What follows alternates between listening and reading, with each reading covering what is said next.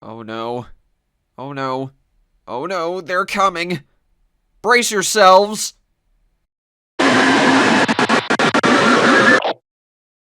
What's up, everybody? My name is Tentacle, and welcome to this video. In a recent stream, one of my viewers asked me if I would ever want to remake any of my videos. It was, admittedly, a really good question. And with the arrival of Big Run and the Triumvirate in Splatoon 3, plus my hitting 2,000 subs, I figured it was high time to remake my King Salmonid guides and merge them all into one massive guide. Think of it like a supercut.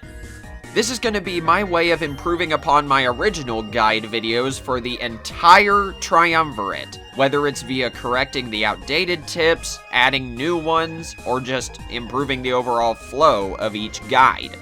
And hey, even if this doesn't get uploaded in time for Big Run, I hope this can still be useful for any of you out there who are struggling with the King Salmonids. Now then, I've dragged this on for long enough. Let's get things started with...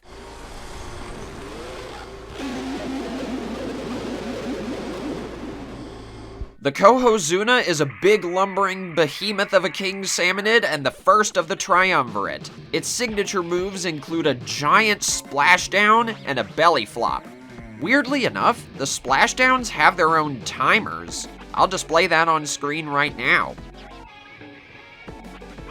Meanwhile, its belly flop attack, combined with its massive size, means the Cohozuna will often get in the way of boss Salmonids and, subsequently, the golden eggs.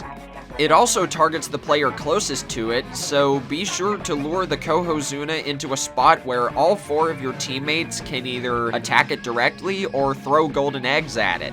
You can even have it move back and forth between 2 players on high tide, depending on what map you're on. The best counters for the Cohozuna are high damage weapons, like the 52 gal, the 96 gal, the Hydra Splatling, the E-Leader, and even some dualies. Alternatively, if you have the Crab Tank special, that is your best bet at dealing lots of damage to the Cohozuna quickly.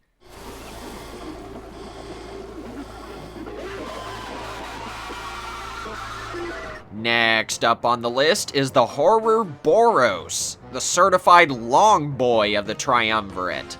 This gigantic danger noodle plots a fixed path around the map and shoots booyah bombs after charging them for about 10 seconds. It also takes about 5 seconds after the booyah bomb hits the ground for the Horrorboros to charge up a new one.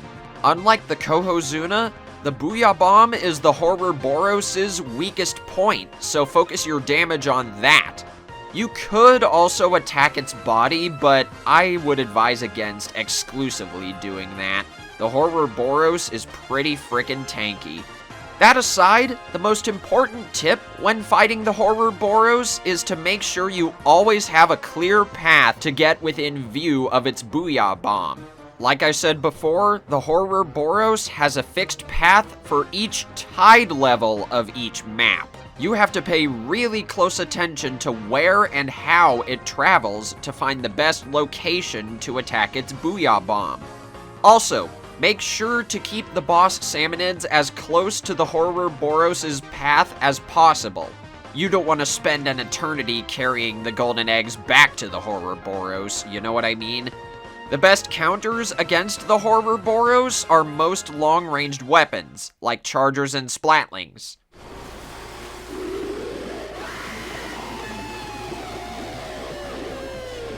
And finally, we have the Megalodontia. Easily the toughest of the 3 King Salmonids. The Megalodontia can target players from anywhere on the map, and it has a massive bite attack with a wide area of effect. Think of it like the Maws, but a million times bigger. Even if you aren't the Megalodontia's current target, it can still throw you so far into the air and destroy you in one bite. Believe it or not, the Megalodontia's bite can even destroy boss Salmonids. Problem is, the golden eggs will fly all over the place if it does that. Remember to pay attention to where they land. That big red spot on the Megalodontia's back is its weak point. You really need to keep that in mind because the Megalodontia has the highest amount of HP out of the entire triumvirate. When the battle starts, the Megalodontia's back will always face towards wherever the boss Salmonids first appear. That's an easy way for players to dish out damage to the Megalodontia early.